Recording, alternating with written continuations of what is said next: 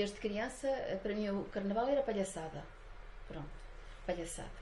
Palhaçada que se fazia no bom sentido, sem ofender, sem mandar piadas grotescas, grosseiras. Portanto, era mesmo mascararmos. Eu, quando era criança, gostava com os miúdos da minha escola de nos mascararmos. Os poucos que iam eram os pais, as mães que faziam.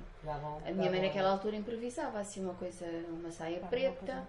Sim, uma saia preta com avental xadrez, uma blusinha e um pelas costas. Portanto, aqueles lenços antigos que elas usavam. Sim, pelas costas. Eu ainda hoje tenho o meu. Pronto, eu era garota e achava assim muito interessante, porque também não havia grandes coisas naquela altura, não é? Repara, assim, eu tenho 62 anos, fui para a escola com 7. Ora, há 55 anos não havia o que há hoje. E, portanto, tudo aquilo para nós era uma coisa nova. Era um momento que nós vivíamos com alguma intensidade, porque era único. Tínhamos noção que depois só voltaria daí a um ano. Depois, além daquilo, à noite havia aquele momento da palhaçada, em que eu e os meus colegas nos vestíamos com umas... Eu nunca fui muito de cara tapada. Eu comecei a brincar assim ao carnaval com 5, 6, 7 anos e por aí adiante. E nós, os miúdos da minha aldeia, enfiavam meia na cabeça. E eu nunca fui muito de cara tapada. E, portanto, eu ia brincar, sim senhor, mas com a cara a descoberto. Mas achávamos piada todos. Juntávamos os miúdos, 7, 8 naquela altura. Eu nasci e morei no Carapinhal até aos 14 anos. E todas as aldeias à nossa volta tinham muitas crianças. Mas é assim, como éramos muitos, acabávamos por nos divertir até pela quantidade de garotos que éramos, não é? Lembro-me do carnaval, e vivi o carnaval assim.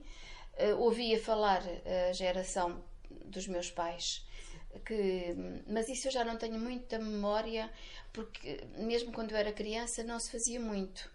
E, portanto, eu já não tenho, assim, grande memória de assistir.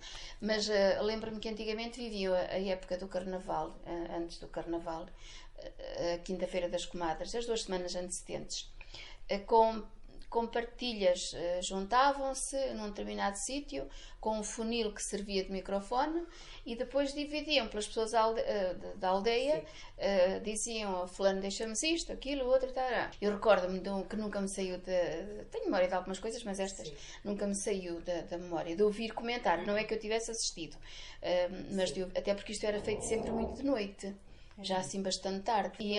Juntavam-se lá num sítio que ainda hoje está o cabeço da escola, ou então no Penedo. Por ser que é um ponto mais alto, exatamente. E um bocadinho mais retirado para ninguém ser visto. Pronto, para não saberem quem é que estava a fazer aquela divisão. É como hoje um pouco com o enterro do intrudo e o testamento do carnaval. Eu recordo-me que havia lá um casal em que ele se chamava Jacinto. E então eles diziam, deixo isto para fulano, e para o Jacinto deixo-lhe o rabo da vaca para fazer um cinto. Pronto, era assim. Isto ficou-me no ouvido, talvez por rimar, ou não sei, tenho essa ideia. No carnaval, no Carapinhal, faziam-se, normalmente, no dia de carnaval, durante muitos anos, fazia sempre um bailarico, até porque tínhamos lá o acordeonista, que era o Manel. E ele fazia o favor de tocar lá para o pessoal. E o sábado gordo, o domingo gordo, algumas vezes até à terça-feira. E eu recordo-me, também tenho ideia, que aquelas pessoas mais antigas, já é meia-noite, já estamos na quaresma e, portanto, e tinha que parar. Poderíamos vir à vila a um bailarico, havia muitos bailes, os meus pais eram muito dançarinos também e eu vinha muito com eles, havia bailes, normalmente ao domingo à tarde, ou na Casa do Povo ou no antigo quartel dos bombeiros, que é onde é hoje o Palácio da Justiça. Portanto, aí havia sempre bailes pelo carnaval. Em Figueiró havia muitos bailes no carnaval, porque havia as diversas classes, então havia o baile dos pobres, no qual nós nos enquadrávamos, não é? Portanto, nós íamos para o baile dos pobres, que era ou na Casa do Povo ou então no Salão dos Bombeiros. Depois havia o baile das meninas finas, que normalmente era no clube, onde é hoje a Casa da Cultura, no antigamente, pronto. E depois havia os bailes que faziam o jet set, a classe mais alta daquela época, que faziam nas próprias casas. Eu vim morar para Figueiró com 14 anos. A minha mãe começou a trabalhar nas casas. E então ela ia trabalhar muito, porque depois eles serviam um caldo verde, assim, um arroz à valenciana, assim, aquele género, e há alguns lugares por onde a minha mãe ia trabalhar e eu ia com ela. Não ia para o baile. Porque eles faziam assim, convidavam meia dúzia de pessoas.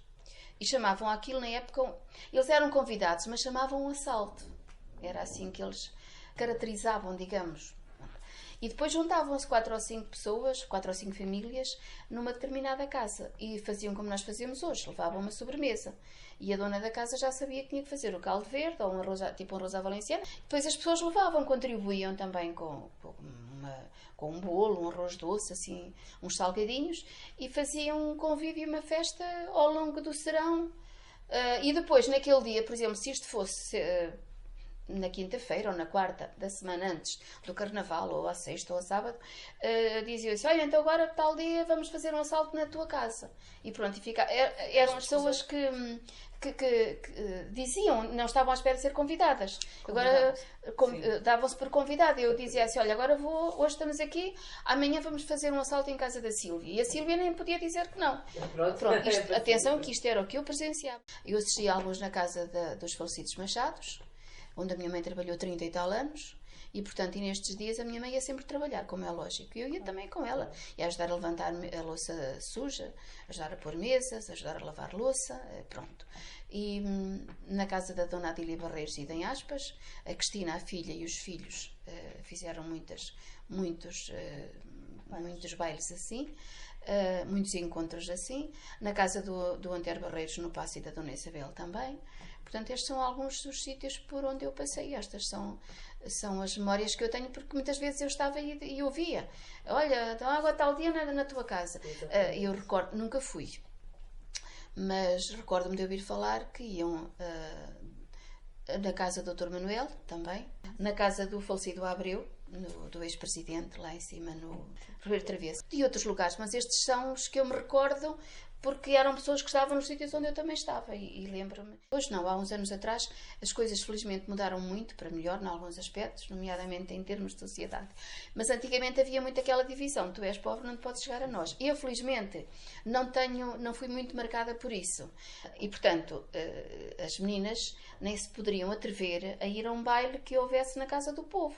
Ficavam faladas porque iam para o baile dos pobres. Eu recordo-me, houve uma altura, eu teria talvez os meus 16, 17 anos, e em que as meninas chiques cá da terra, se vestiram de criadas e foram para o baile do clube, havia baile no clube, já não me recordo, sábado ou domingo, e elas foram mascaradas, vestidas de criadas, e uma delas que disse, nós fomos assim para fazer chacota das empregadas. Pronto, caiu mal, eu nunca fui criada, mas poderia ter sido. Que sempre houve esta diferença, até mais ou menos uns anos a seguir ao 25 de Abril.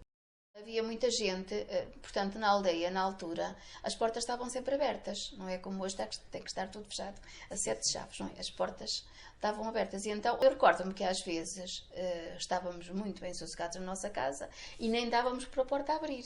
E já só sentíamos assim pelo meio da cozinha adiante, porque as pessoas arranjavam ou pedras, também se usava muito na altura os bugalhos, ou a lande. A minha mãe era muito divertida. Fazia como uma senhora amiga fazia isso, e faziam bonecos e depois iam pôr à porta das pessoas. E as pessoas assustavam-se e nós ficávamos depois à porta, do lado de fora, para ver, não é? Fazia assim tipo um espantalho. Iam pôr à porta de uma pessoa. Também não faziam com todas as pessoas, faziam com aquelas que elas sabiam que iriam achar graça. E também nos faziam a nós.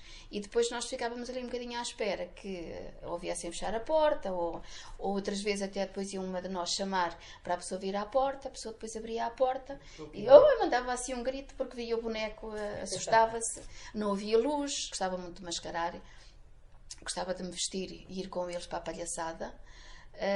E depois, mais tarde, e isso eu fiz durante muitos anos, as chamadas, isso eu fazia. Então eu telefonava, agora não é fácil fazer porque do outro lado identifica-se o número, mas até há uns anos atrás era impossível saber de qual era a origem da chamada. Então nós pegávamos no telefone e ligávamos para uma determinada pessoa usando uma determinada conversa. Havia muita gente que fazia isso, eu nunca fiz e acho que não se deve fazer. Mas havia muitas pessoas que faziam, por exemplo, para os taxistas e mandavam-nos ir a um determinado sítio e chegavam lá. Pronto, isso não. Normalmente nós juntávamos sempre assim 2 ou 3 pessoas e tínhamos ideias. Olha, ligas para fulano, olha, e dizes isto. Um dia liguei para a minha tia. E ela tinha aquele alcunho de raposa. E eu um dia telefonei e disse: olha, minha senhora, só para lhe dizer que se ponha a pau, porque os caçadores andam perto e cuidado com a raposa.